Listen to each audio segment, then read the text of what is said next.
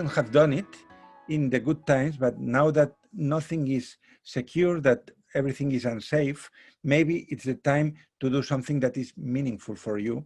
And I think we will see a lot of people opening startups, trying with new professions and discovering their ikigais.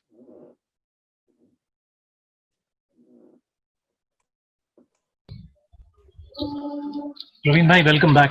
Yeah, thank you so much. There was heavy rains in this part of our country, and there was a net on and off. Sorry about that, guys. I move on to the esteemed authors. In this age of distraction, how do we bring focus? My challenge is to be present in the moment, what I'm doing right now. How do I work towards it? I mean, I'm struggling to focus at one thing at a time. So there's so much of distraction around. How do I focus? How do I work on this? Me too. I'm struggling a lot. Like you. I'm like, it's very difficult, right? When you have like 20 different internet calls every day about different things, it becomes difficult. And when you're worried about many things, what I do is I try to divide my days into, especially I try to protect my mornings so no one bothers me, and I create like a time that I prohibit myself from using any. Basically, I put my smartphone far away at the other side of the house and not use the internet, and I focus on, for me, it's writing.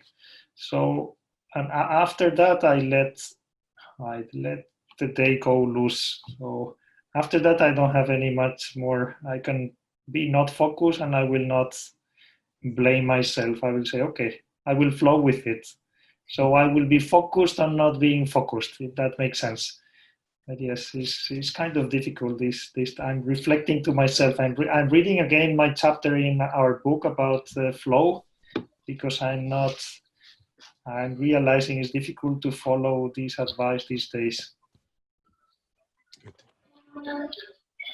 So, Fransesc, as we know through your book, The Circle of Ikigai, it's a place where what you love comes together with what the world needs, comes together with what you're paid for, and comes together with what you're good at. So all of this coming together is what Ikigai is all about, right?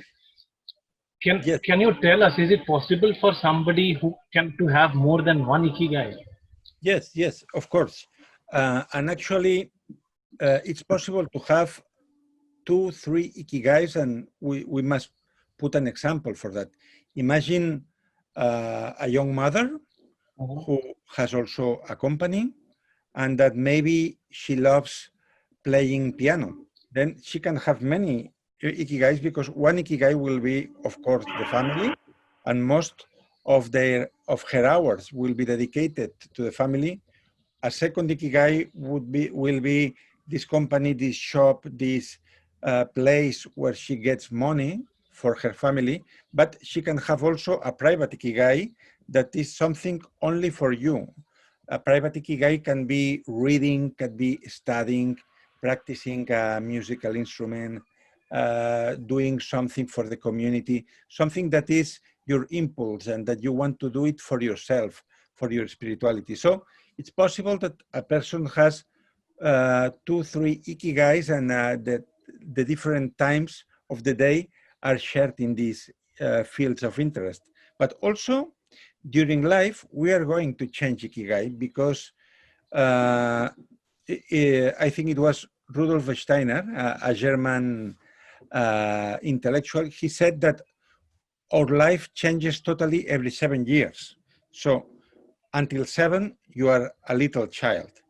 When you become 14, girls and boys are interesting for you, and you discover a new world, love, sexuality, all this. With 21, maybe you have finished your studies and you are thinking about coming to the labor world. So our souls change, our priorities change, and every time that we come into a new situation, the Ikigai changes too. So it's totally normal that when you were 20, maybe you want to be an artist, and maybe with 45, you want to be a good entrepreneur, and with 65, maybe your Ikigai is to serve your community, attending poor children or something like that. So the life is of a human being is dynamic, and the Ikigais change with priorities too.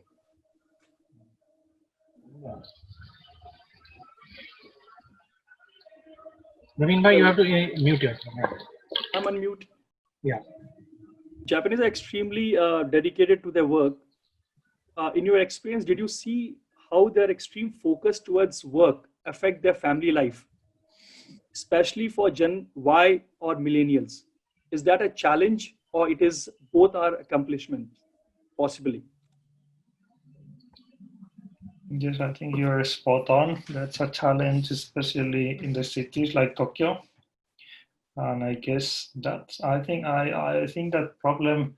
So when in our book we explain about this the village of the centenarians, where they live the longest in the world, and they have a very clear Ikigai. We ask them what their Ikigai is, and they all answer very fast. And they have a very calm life. They live in, it's a little village of 2,800 people. They they take care of their families, friends. The lifestyle is, of course, very, very different from Tokyo. In Tokyo, life is, I think, similar to what I've seen in Mumbai when I was there. It's very rushed, and everyone is really. So in Ikigai, we say that being busy is a good thing, but you have to be busy in a non-stressed way.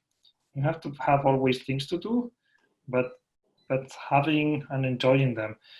In cities, usually what happens is that you get busy in being busy. You're just like doing many things, and after 2 months or 3 months, you are wondering, why did I do all these things? Or maybe after 10 years, you've been following the corporate ladder and you don't know why. And this happened, and maybe you forgot a little bit about your family and your family life. There is no balance. And I think this is not, the Japanese don't have a secret to solve this yet. And I think no one in big cities has the answer to this yet.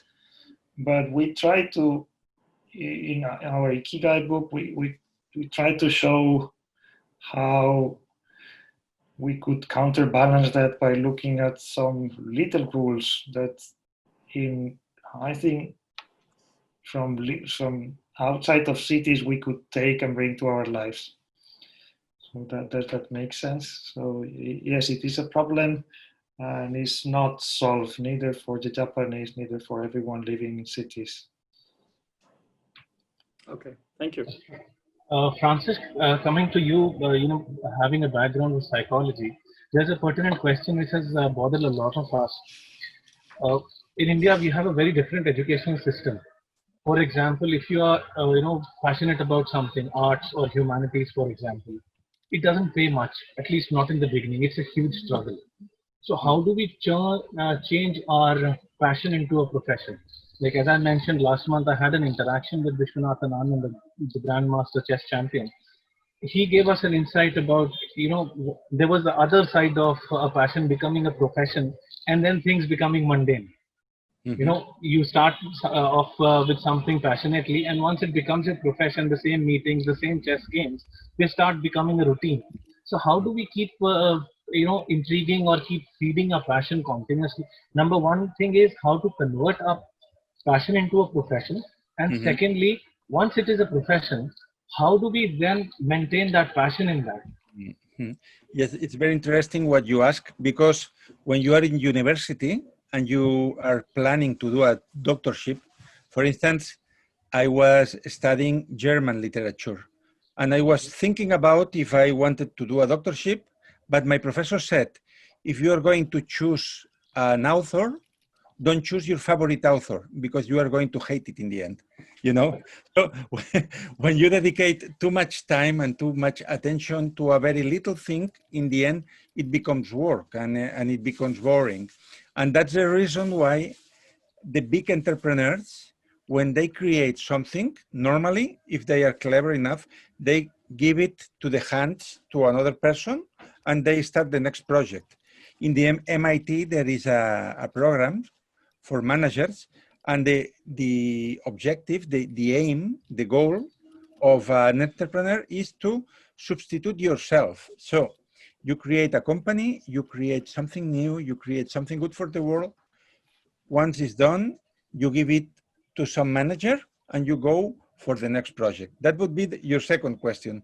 And the first that you said, not always a passion will be a profession, because there are passions, as you said, that have a lot to do with spirituality, with humanity. So maybe your passion is meditating, and you meditate to the very depths of yourself, but nobody is going to pay you for that unless you become a very famous guru.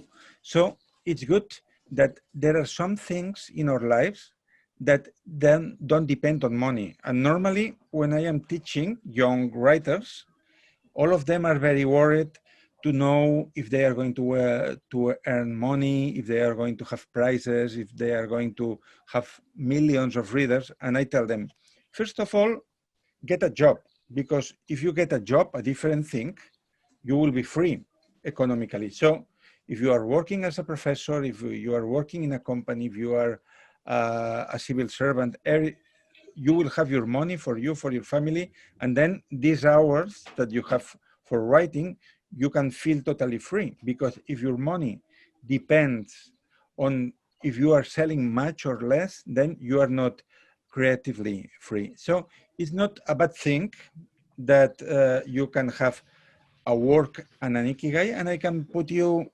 examples. For instance, when you look at the list of Nobel Prizes of literature, one is Churchill, and he wasn't a writer. He was prime minister during the Second World War, and he got this prize of Nobel literature because they said that he was writing so good letters. And also Kafka, the main author of the 20th century, he was a lawyer working in an insurance company, and he was perfectly happy working in the evenings in Nobel. So it's not necessary always that Ikigai and money come together. Sometimes In fact, just cannot go to many. it's almost always the reverse at the beginning, I think. So I think it's not only for India, it's everywhere in the world. For artists, it's very difficult to make money at the beginning. And not only artists, also, like, for example, like Fransesc is another famous example is Einstein, who he made his best discoveries while having a job at the patent office in Bern, in Switzerland. So maybe, yes, you can think of your daily job as a hobby, and then your passion as your Ikigai, and then start mixing them together. You have to be flexible, not to try just one thing, but many things, and then follow your instinct. Yeah, so I believe that being aware is the first step towards Ikigai. I mean, what I heard from all of you right now, both of you, in fact, that there are multiple ways to look at Ikigai. And just being aware of this fact that we need to find our purpose, our Ikigai, that definitely leads us to the path.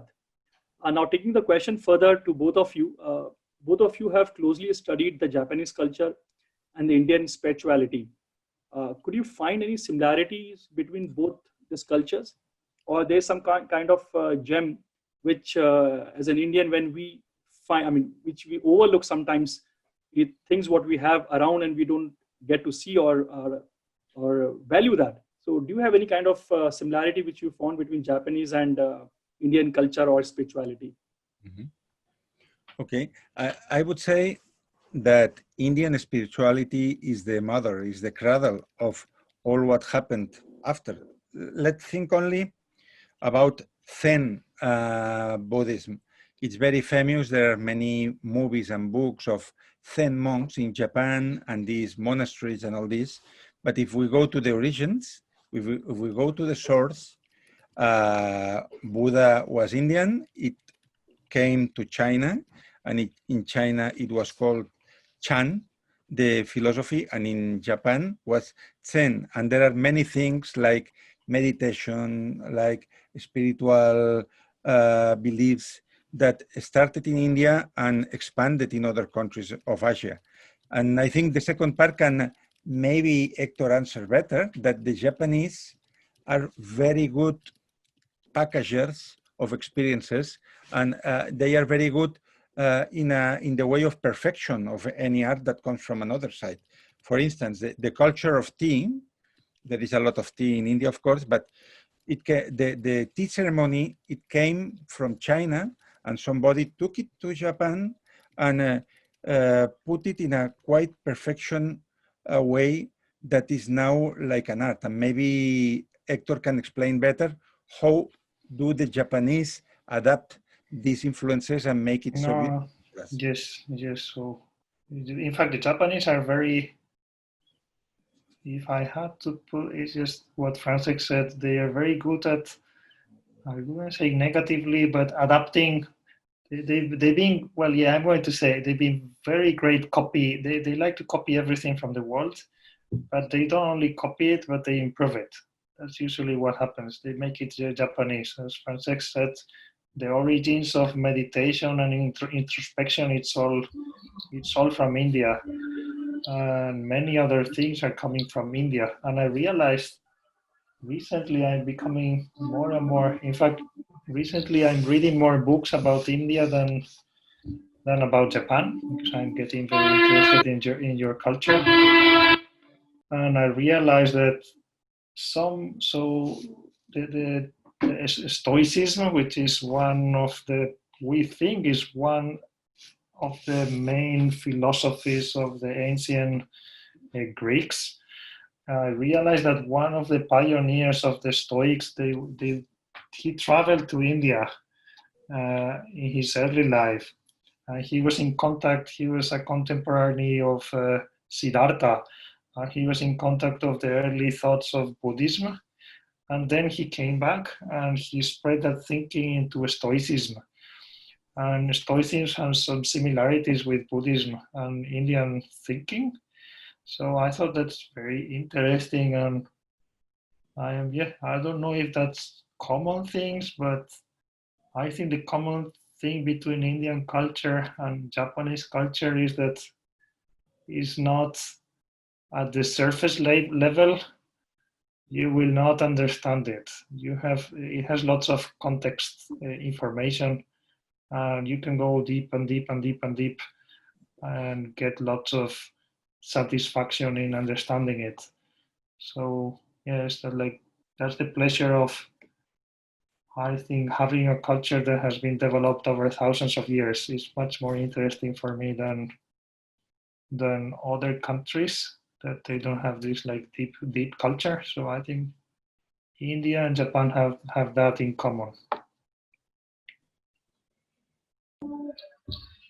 You said that Japanese also copy a lot of stuff from other places. In India, we have a word for it. It's called jugaad. Jugaad. Okay, so you also do it. Jugaad. Okay, I'm going to Google that. Jugaad. So talking about the circle of Ikigai, I would want you to, if you can, possibly demonstrate that for us. You have transgressed from authors of fiction, singularly writing books, all by yourself, and then inviting other people or joining hands with other people to write more books. So if you could demonstrate what your Ikigai is as an author for us.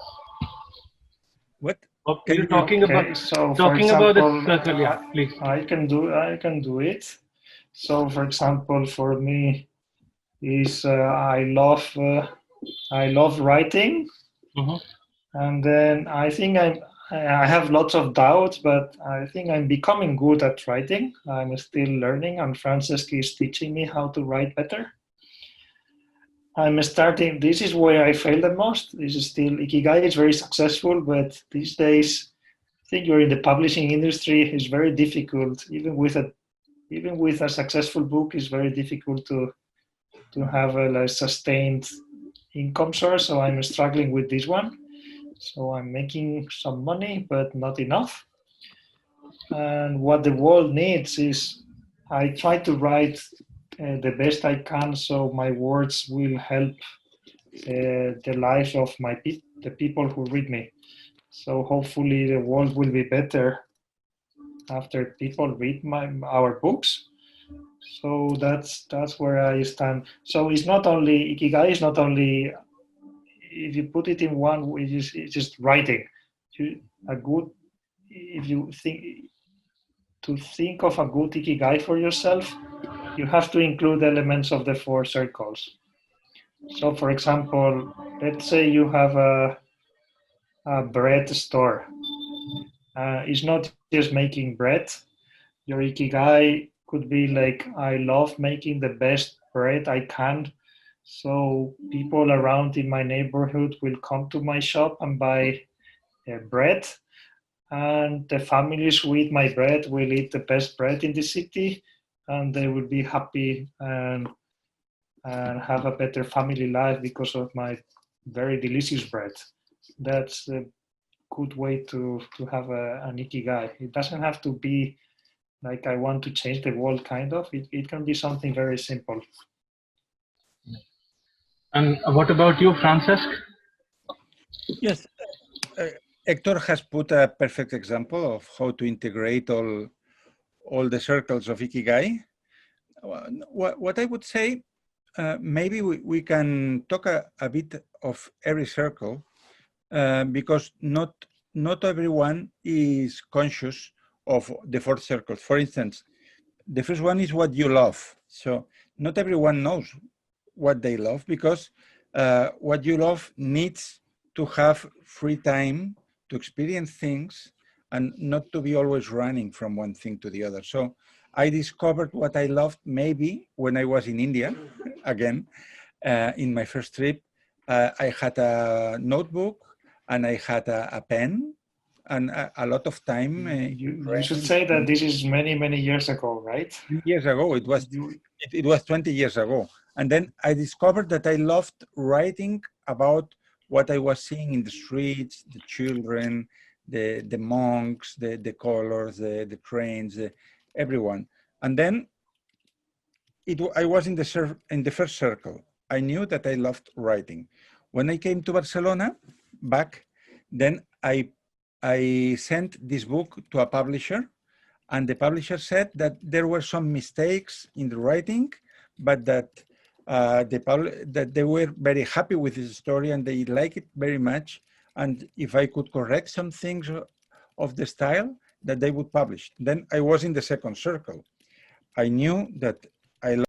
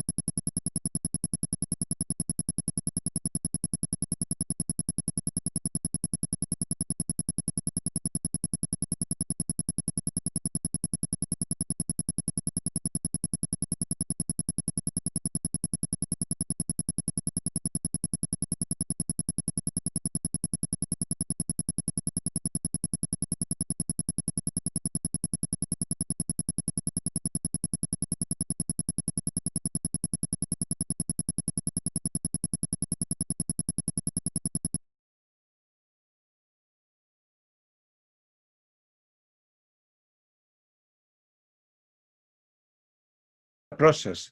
First, I had to discover what I loved. I had to discover that I could do it more or less good. Then the money came in the third part of the process, and in the end, I discovered that it was good for the world in some proportion. So this is my example. Right, nicely explained. Thank you so much. I think we'll take some questions from the audience, but before I do that, I would like to call Darshan. Darshan is a fellow YI member, and he's heading special interest group for YI. Before I got conned off because of the net, I would like to speak a little bit about the book club, what YI has taken initiative. And today's initiative is one such big event what we have done. Besides book club, we also have other SIG groups like food, golf, angel network, capital markets, cycling, running. The whole idea of YI is to integrate youth together for the like-minded interest, and SIG book club is one such initiative. So may I call upon Darshan to take the next question, please? Thank you so much, Praveen. Fransesc and Hector, it's real great to talk to you guys. I want to know, is it possible to create many more blue zones? We know that there are 4 prominent blue zones that are there. What would it take for communities to come together and create many more blue zones around the world?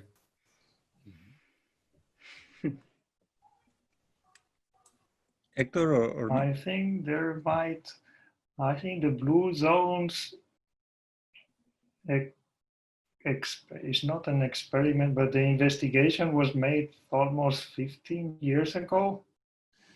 And I think if you did again, I don't know who could do, if you did again, probably there will appear more blue zones. I have the suspicion, for example, that there might be blue zones in Spain, in our home country, where we are from, Fransesc and me. I personally know some villages in the countryside in Spain where there are many people above 90 years old and even 100 years old. But I think the data has to come out. Mm-hmm. So I think there could be more blue zones out there. But if you ask me how to create a blue zone, mm-hmm. that's more difficult. In California, they try to make it, and it's more or less successful by creating a very, it's almost a city, but all the streets are not, there are no cars, all the streets are walkable with trees, and all the food is local, so everyone is selling groceries to each other people, and they're growing their own food. It's all organic. So everyone, by creating an environment where you are not, the environment is the most important thing, I believe, where you create an environment where you're forcing people to walk every day, to do some light exercise. You're forcing people to not eat like fast food, but like eat food from the environment. Then you're starting to create a blue zone. And that's what we found in Okinawa, the blue zone that we are the most, we know the best. We've been there several times. It's exactly that environment. They live in the jungle, so they're surrounded by nature. Everyone is growing their own groceries. They fish their own fish. So there is no much way to, even if you want to, you cannot have an unhealthy life in a place like that. That's the that's one. I don't know if that works as an answer. Mm-hmm.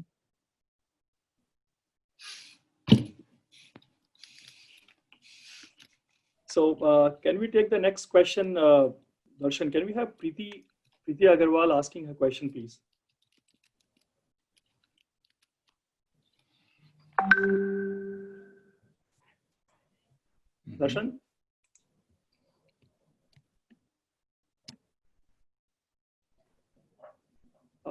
Or maybe Sejal is there.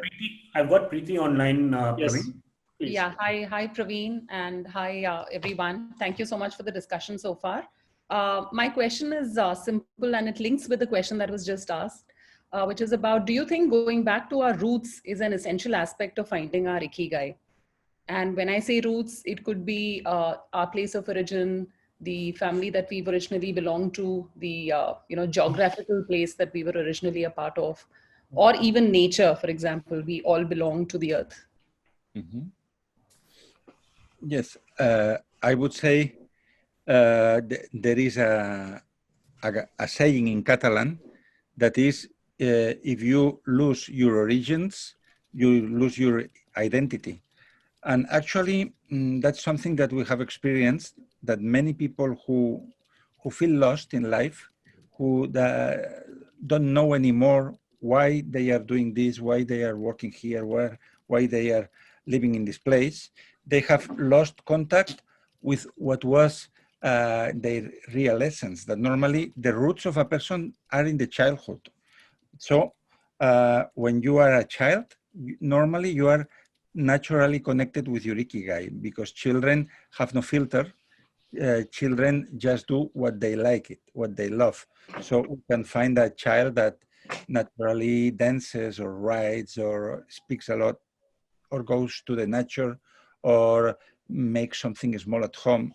And sometimes, or very often, when we enter in the schooling system, in university, working, we lose contact with these priorities that we had when we were children. Because of that, there is a very famous lecture in YouTube called The Last Lesson, in which the professor, that is a professor of the University Carnegie Mellon, recommends to remember who were you when you were a child, and which dreams did you have then, which list of dreams, and take this list again and try to accomplish, and it will bring you closer to your Ikigai, because all children are close to Ikigai.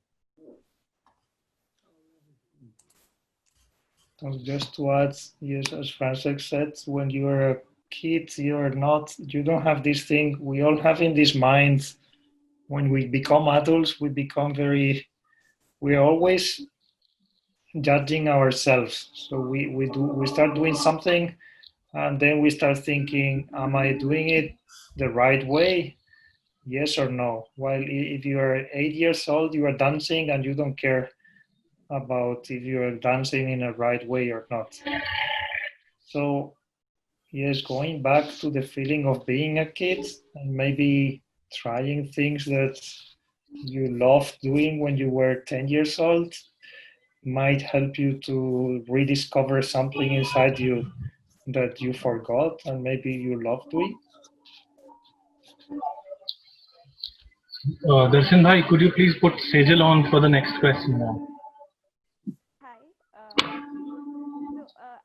So my question here is that sometimes, a lot of us feel that our work. Very Sejal, weak. we're not able to hear you. Hello. Yeah. Hello. Hello. Yes. Yes. Yes. Perfect. So sometimes, a lot of us feel that our work is always taken for granted, and we're not able to get the actual attention or noticed. So how do any one of us, or rather myself in the same position, stop expecting? Because Ikigai teaches us what are you paid for, but in this scenario I'm always looking for probably a compliment at the end of it, or being appreciated for what I do, and not making it sound a very routine task. So how can I either stop expecting, or probably start accepting that you should never keep expecting? Yes, I would say if you depend on some other people expectations, you're going to suffer a lot, because everyone is centered in their own problems and in their own interests. And even when you are starting something new, if you become artist, writer, you open a startup, in the beginning, people is going to show interest for your project. But when this is something normal from your life, normal thing is that a writer is not read by his own wife or husband, if it's a she writer. So Yes, my wife doesn't read my books, so that's okay. That's okay. Maybe it's better that way. yes. So I would say what you must please is yourself, and you must compete with yourself. I was reading the other day this book of Murakami, What I Am Talking When I Talk of Running, and he said that every day he tries to run a bit faster, a bit further away, but that's for him only. It's not something to share with another person. So if you become a competitor of yourself, it is okay, because then you don't need third parties to be happy. You're so but maybe you're also thinking it's not easy to have this mindset. For me also, I think we always struggle. Like if you go many days doing something and no one gives you any love, I think we're all inside ourselves looking for approval or love. Correct. But it should be. I think that the key is you should not look for that love through what you are doing every day, but through other things. If not, you will become frustrated. As Fransesc said, there might be many people around you that they are very worried about their own lives and they don't have time to go. Maybe many times is the reverse. What I do is, when I'm feeling like that, what I do is to go to people around me and tell them how good they are or thank you. That makes sense. I think that's, and maybe you'll get, so you're grateful to others, and that for some reason helps yourself, and then you will spread the love around you. And I think one of the things to blame these days, I think, is social networks, where we are like, we put a picture on Instagram, and we need this dopamine rush, and we expect the same from work. We expect to go to work and we expect our boss to say, good job, but our boss is maybe very, very stressed because our boss has a boss and he's very worried about the boss, what will say the boss to the other boss. And if you enter that stupid game, it will be, I think there is no solution to that game. The best game is to like do like Fransesc said, like just trying to improve yourself and think, am I better at what I'm doing like 5 years ago or 1 year ago? Like if I'm better than I was, then I don't need someone else to tell me that I'm better. And yeah, I think I have my doubts too as a writer. Is like, do I need other writers to tell me if I'm good or not? Maybe not. And maybe, yeah, so that's just, I think we all struggle with this, and I think social networks are not good for this.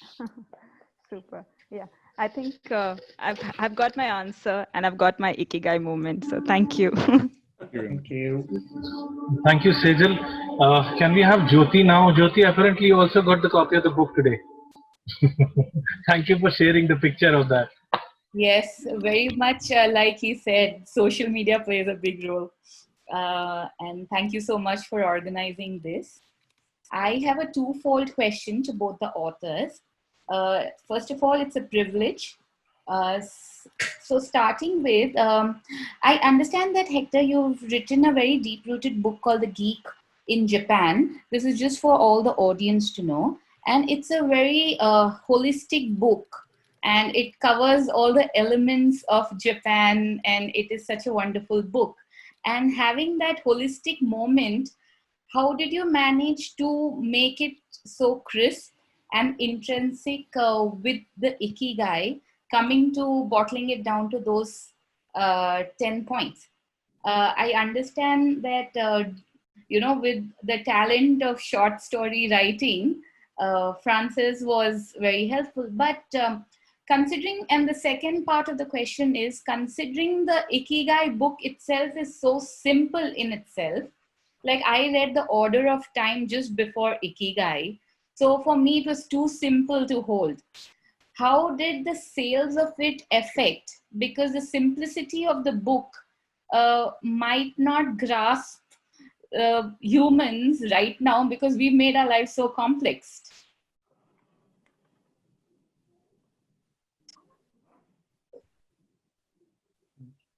So I think one of the keys, I think, yeah, as you say, we try to put things in the simplest way that we can. But if you look, and sometimes it might sound for some people, some readers might say, "Oh, this is so simple. Why didn't I think about this?" But even to myself, I sometimes forget our 10 rules, and by rereading the last chapter of Ikigai, it's a good reminder to myself. Sometimes, as you say, we are now in this very complex life with many things going around, and we forget the fundamentals. And it's always nice to have these simple reminders, I think. And yeah, Francis maybe can add something. He's the master of writing with simplicity Actually, and I think it's simplicity is a concept very Japanese. maybe Very it's not the Japanese. right. Is For the instance, I prefer the word. It's simple, but essential is might be the right word, because simple sounds like not really right. Fransesc is like yes, I Japanese is think about it, essentialism. it's much more difficult to write something simple than complicated, and we can see that paying attention to the evolution of the poets. The young poets write very complicated and very long texts with a lot of images, metaphors, literary figures, and maybe they are using 70 lines to explain something that is very simple, actually, but they need a lot of words, they need a lot of artificial resources.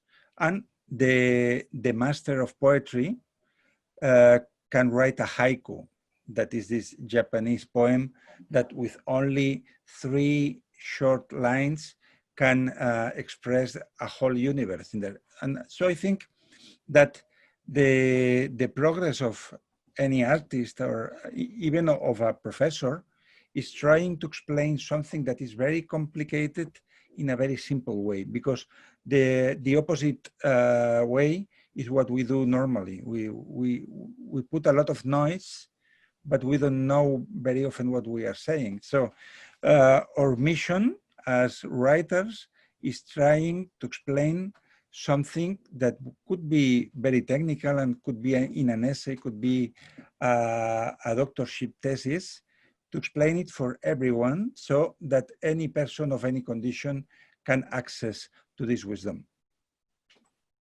Great, thank you so much. That explains the bigger picture of the book.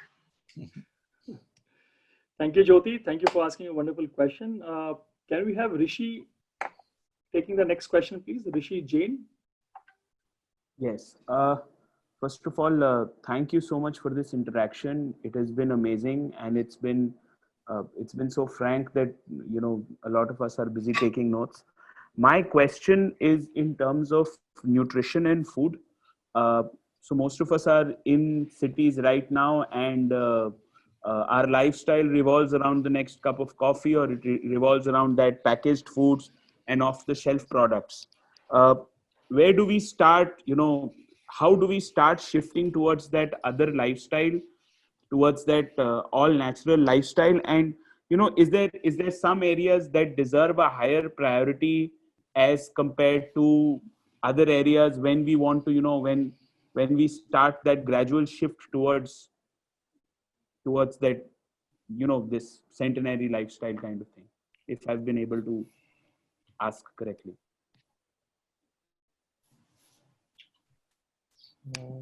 It's you. I think you also have the choice to make healthy choices or not healthy choices. To focus on your question about food. Even if you're in the big city, you can choose to. I also drink coffee. There is nothing bad with coffee, but I never put sugar inside my coffee. So it's like coffee without sugar. Coffee comes from beans, so it's a vegetable. So there's nothing bad with coffee without sugar. if you drink 10 coffees with lots of sugar inside, there are many bad things that can happen to you long term.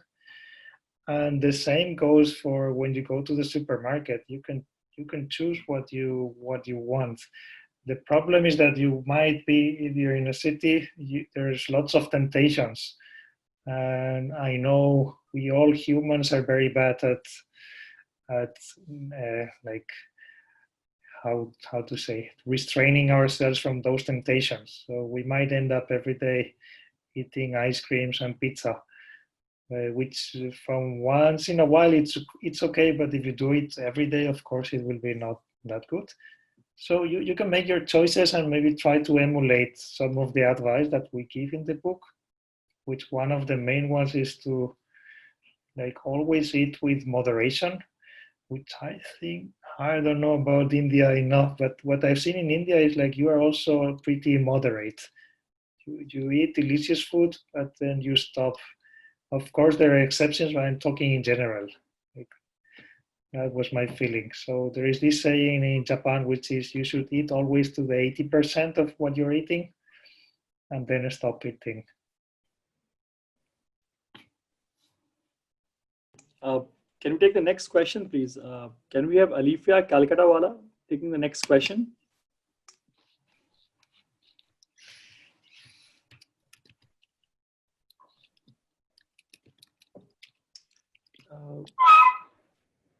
Darshan, is Alifia there?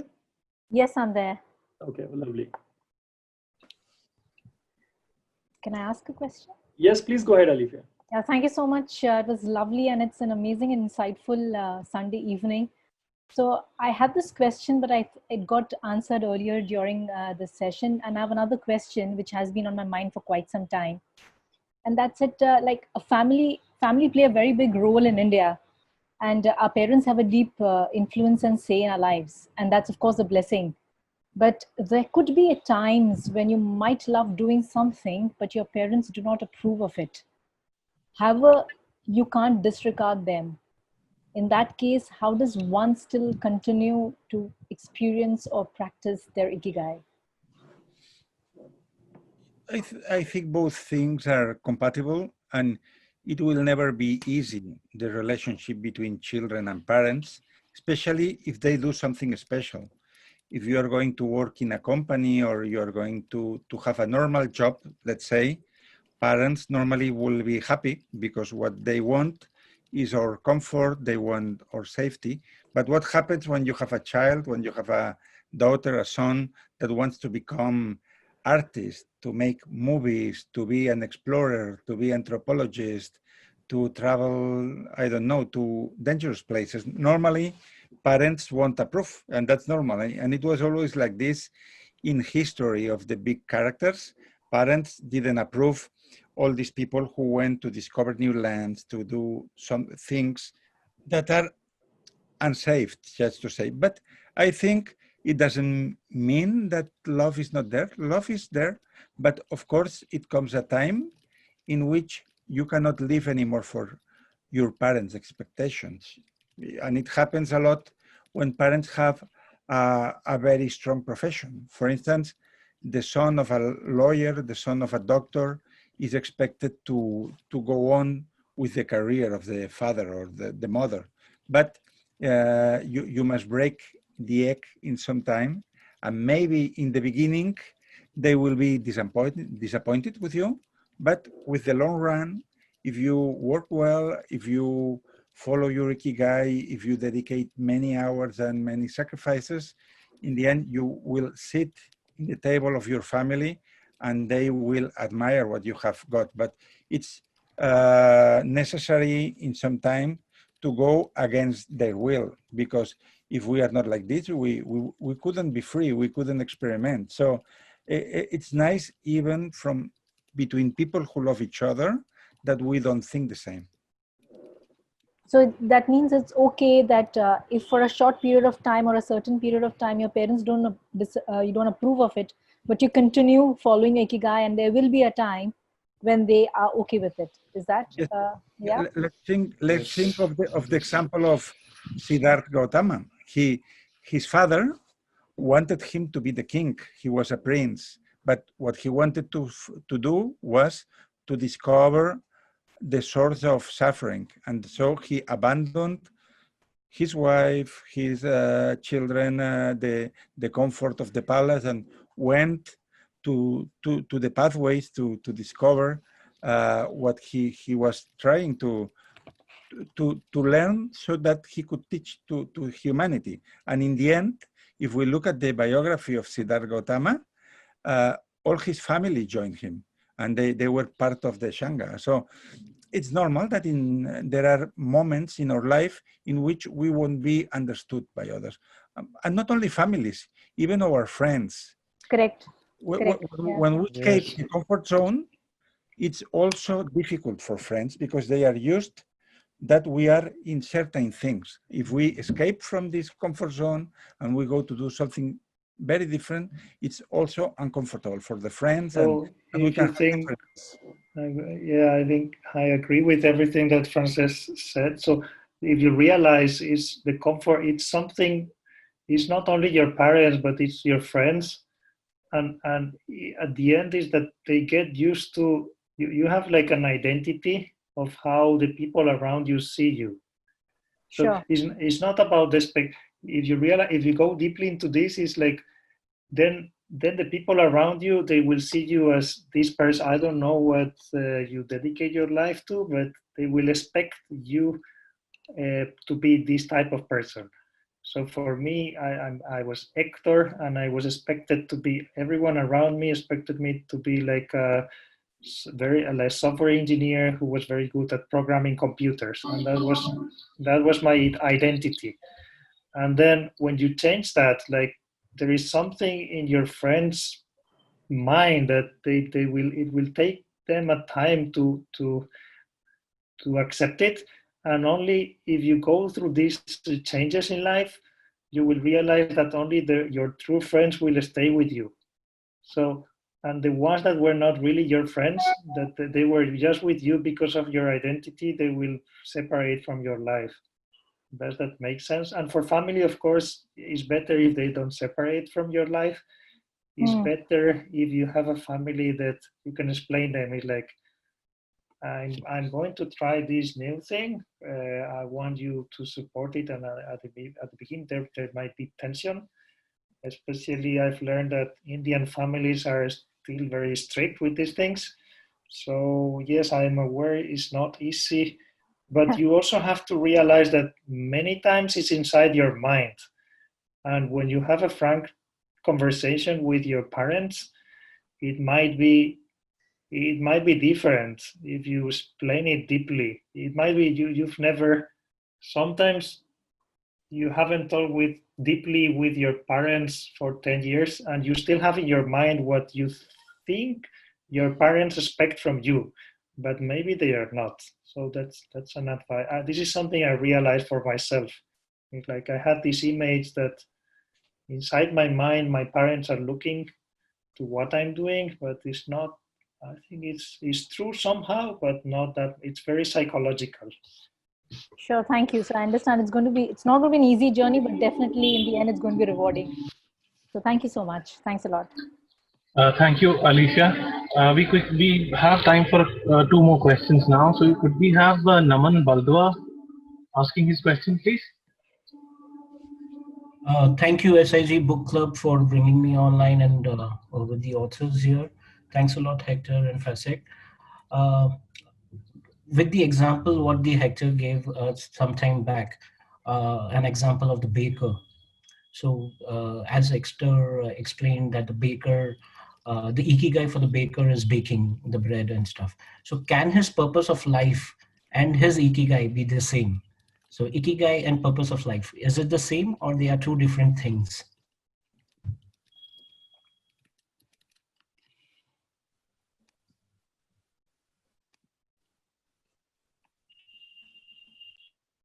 Hector. The question is if Ikigai and purpose is different things. Is that the question? Yeah, if the purpose of life is different from Ikigai. It's kind of this. It's like Ikigai is a word that serves as like compression. So the meaning of your life or your purpose in life, it's very, you need a full sentence to explain it. Whereas if you say Ikigai, it's very simple. So I think that's where the power of it lies. So yes, to answer your question, yes, it's a synonym. Thank you. Thank you. And can we take the next question from Divakar? Divakar Subramaniam, is he here? Yes. Thank you for this opportunity. My question is, can you share more about anti-fragile in this COVID situation? You are covered in the last chapter. How can we reframe our thoughts to accept a major hit which has changed our lives completely now? So for example, my business model has been transformed in a new way, and whatever the planning and actions I did for the last 3 years has changed completely, and I am back to square one. Your insights will help me more because it's suffering. So can you please elaborate on this? Can you tell us a little bit more about your business? What is your business? No, I'm into IT, and okay, IT. and everything has been changed. And another one of my Yes. friend is an entertainment division, and his business has changed completely on the hospitality and entertainment. So, Yes. So has it changed for yours? But has it changed for better, or you think long term? I think maybe there are many strengths, there are many things in this situation that you might have changed everything and it looks very hard this year, but maybe 5 years, 10 years from now, this year will look like the year that you became, it was the new beginning to be successful. That's the way I'm being positive about myself too. okay. Because so that's the way I'm seeing it.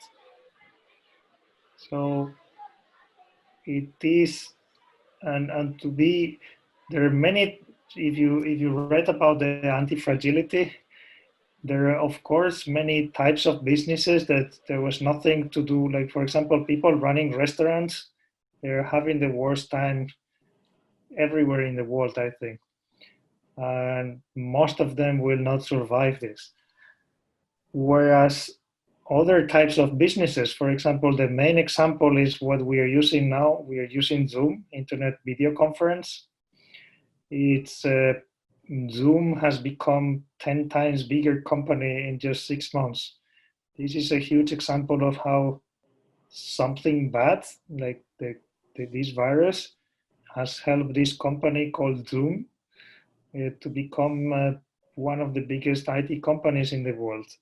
So that has to, of course, no one could predict what would happen this year, but this can make you think about what you could do to be in a position where, like, whatever it happens, you will be more or less okay. It's not about anti-fragility, but being resilient too. Mm. For example, I think for Fransesc and me, I think book sales this year are going down, so we are also taking a big hit.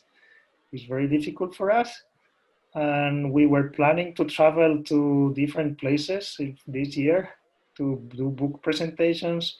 We are doing all of them via Zoom. So this is like the bad things that are happening to us. But we are both learning how to teach about Ikigai online. We are creating new things together that might open new routes to how we live from next year or several years from now. So to be concrete, we are building online courses about Ikigai, which we haven't announced yet. But I believe without coronavirus, we might have never done it. So I'm trying to be positive. There are many bad things, but I'm trying to take the positive. And I think years from now, we will see this year as the year that redefined our lives for many of us. Okay. Just to add to what just Hector said, I mean, we were deliberating how to pitch in this event together with Rajat and with CIAYI. So we came up with this unique idea to make this event a ticketed event, and not only do a ticketed event, but also send a hard copy to the book to the participants. So that is a kind of. Thank you. That helps. Hardcore covers help a lot. Yeah, that's what we have done it, and we are happy that all the I think participants. it helps the whole industry. It helps people like Mohit too, and publishers and other people who want to become writers. If the whole industry, the money, I see that money. If the money is moving, it will benefit everyone. Right. Yeah, that was the whole idea behind this. So thank you. So, boy, do we have a time for a question or? No, I think it's 5:15. One more question we can take if we have. You can ask something. If you want. Yeah, I have one question. I mean, with so much of disruption, and I'm sure one of you will have Ikigai as book writing, and so much of success, so much of people demanding you to be on their show and come up for sessions like this.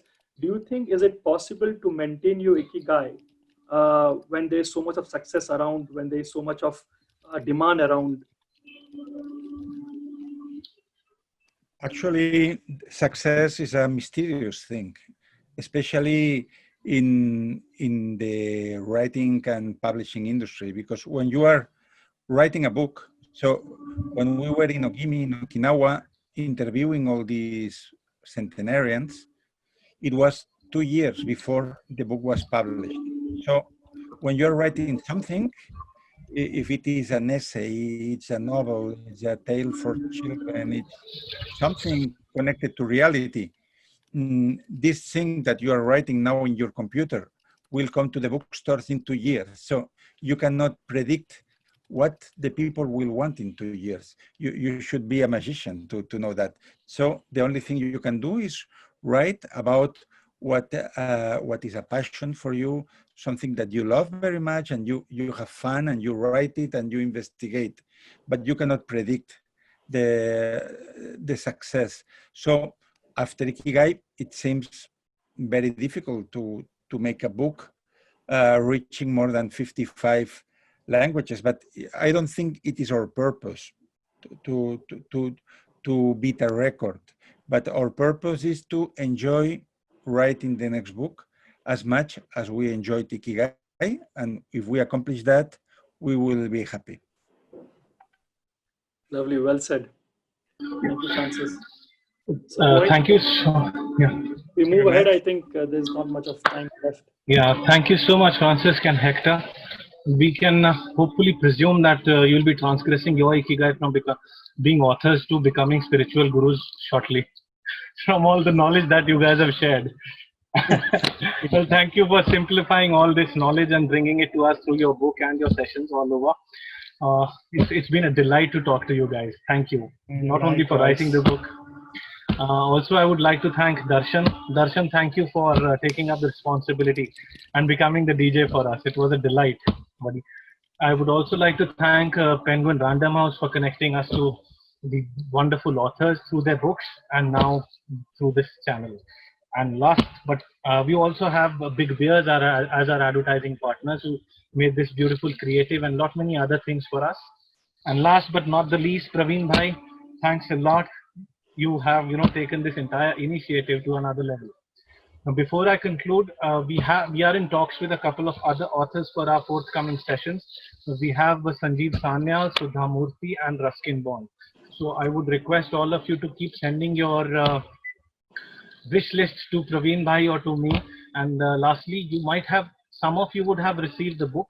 The idea of this entire session was not only to read book isolatedly, but to come together and celebrate books like never before. So those of you who've not got the book will shortly receive that. Thank you so much for being a part of this. We've had a wonderful audience, and I'm sure this is just the beginning. Thank you so much, all of you. Thank you Keep so reading. much. Thank you. Thank you, Francis, Hector. Thank you. Thank you, Hector. Thank you, Francis. Thank you, everyone.